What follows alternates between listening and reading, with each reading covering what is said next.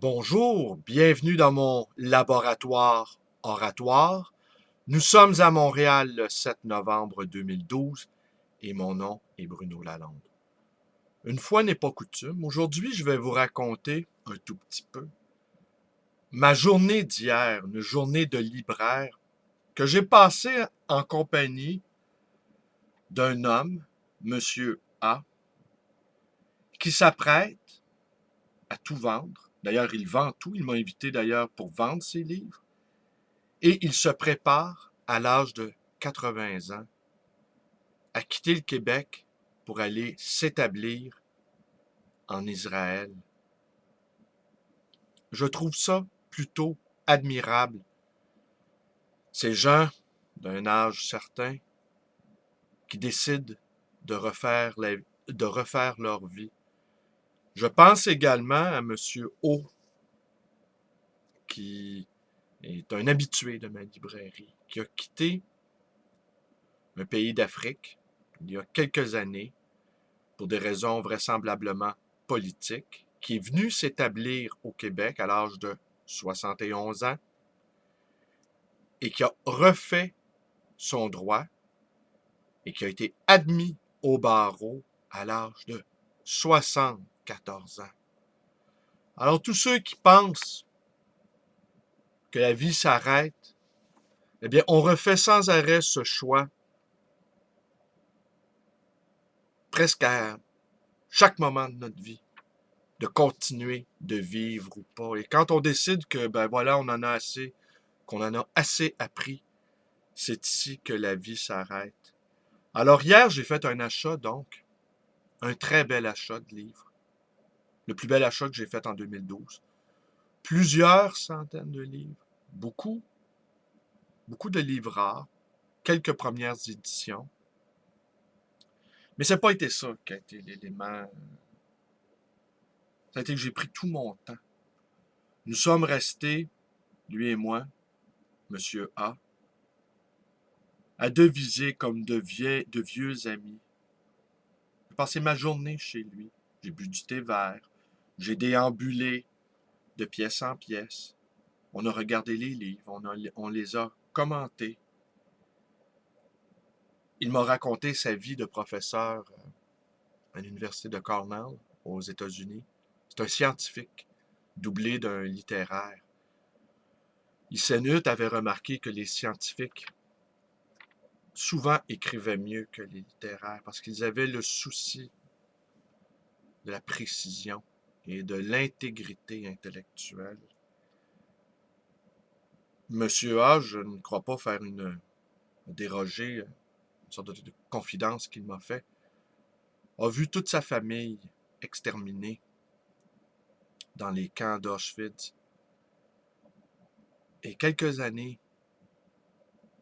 temps après la mort de son épouse, survenue il y a 10 ans, il a découvert que son épouse, chrétienne, était abonnée au bulletin trimestriel de la fondation d'Auschwitz.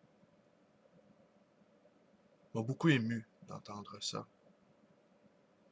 Il ignorait que son épouse, une universitaire également de prof de littérature, était abonnée à cette revue. Ce genre de petits secrets entre époux parfois témoignent d'une grande bonté, d'un grand respect, d'un grand amour. Ça m'a beaucoup, beaucoup ému d'entendre ça. Et personnellement, Monsieur A et Monsieur O, j'ai eu le bonheur de fréquenter, m'ont appris quelque chose, c'est que la vie continue. Il n'y a aucun moment où la vie s'arrête. Un mot en vitesse sur l'élection d'Obama. Prévisible, n'est-ce pas? Chaud, le résultat. Obama, pour moi, est une très, très, très grande déception. Chance historique qui a été gaspillée il y a 4 ans. Tous les gens responsables de la crise, Ben Bernanke, entre autres, sont encore en poste. Une chance pareille ne se reproduira pas, mais, et on le voit bien, son mandat va être bancal.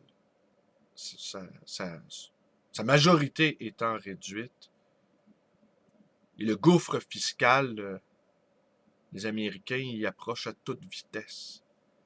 Et je ne crois pas que les républicains vont, vont aider les démocrates dans cette histoire.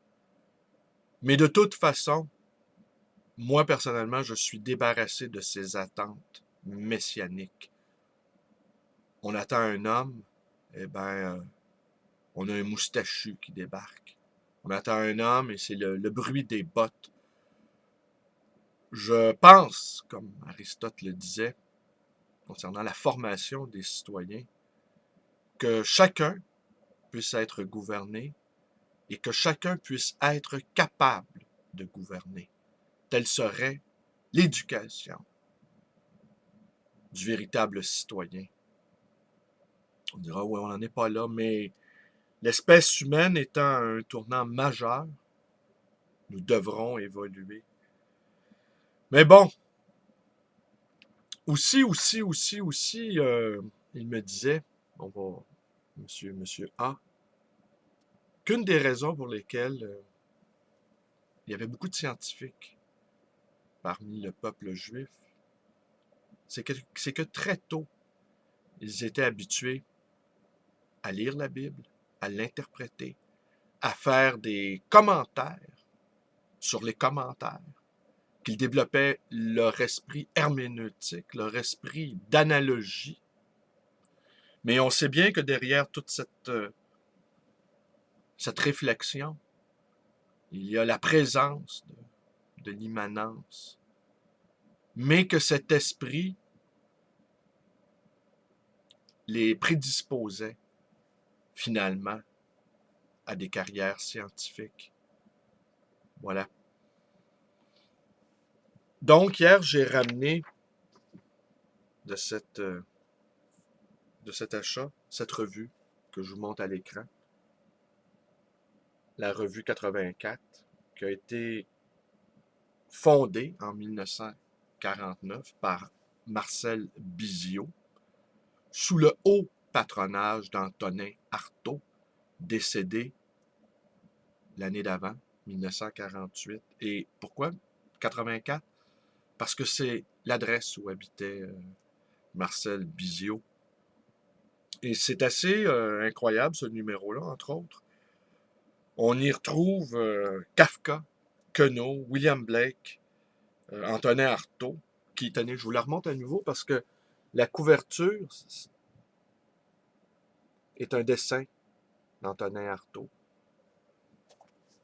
Et dans d'autres numéros, on y retrouve aussi André Dautel, René Char, Georges Bataille, Jacques Prével. Mais aujourd'hui, je vais vous lire un court passage, en fait, des aphorismes d'André Dautel tirés de notes de carnet. Il y a une fleur, un coq et un chat. Une seule fleur, et c'est le matin. Dire des choses injustifiables à l'abri de tout jugement, comme ces plages, ces déserts, cette paix entre les hommes. La mauvaise littérature est celle où nous avons cru trouver la règle du merveilleux. Il n'y a pas de règle du merveilleux. Quand il y a règle, il n'y a plus de merveilleux. Le silence a pris sa beauté de mage, parce qu'on a appelé et que la réponse voyage encore, parce que tant d'hommes ont appelé.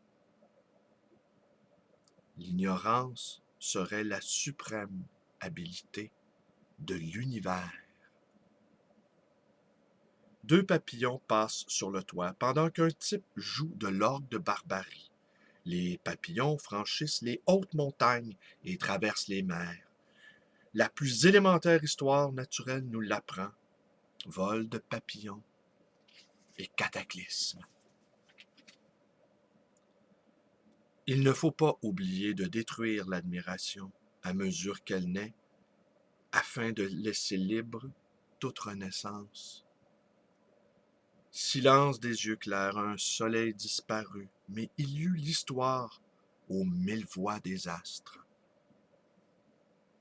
Les tragédies et les religions enseignaient le calme dans l'effroi.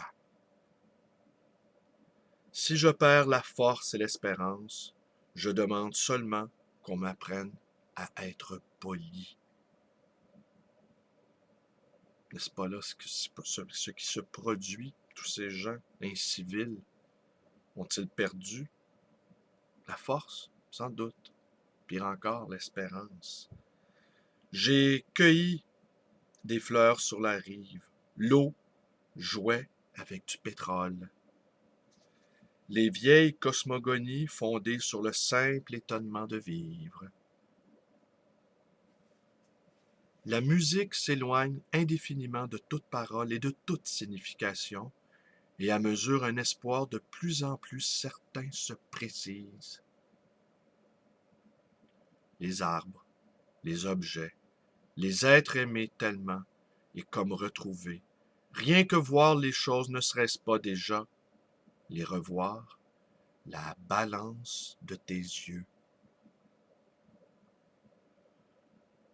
Puisque les hommes et les dieux vont disparaître, il reste le sommeil confiant contre la terre, contre les mots jamais entendus et qu'on a étouffés. Les purs déserts de la généralisation. Ben voilà, les purs déserts de la généralisation. Alors c'est tout pour aujourd'hui. Je vous remercie d'être avec moi. Mes vidéos vous plaisent. Vous pouvez vous abonner à ma chaîne, Bruno Lalonde ou B Lalonde 100. Je devrais reconfigurer mes paramètres YouTube. Allez visiter ma page Facebook ou allez la joindre. Je tiens à vous prévenir, je suis un ami militant envahissant, mais je regarde tout ce que vous mettez en contrepartie. Vous pouvez me téléphoner à ma librairie dans le 514-736-0999 et vous pouvez également me rendre visite à cette librairie d'occasion et d'ancien, le livre voyageur dans le quartier Côte-des-Neiges à Montréal. Je pense qu'aujourd'hui ou demain, ou hier peut-être, ça fait 20 ans que je suis libraire. Voilà. C'est tout. Merci. Bonne journée.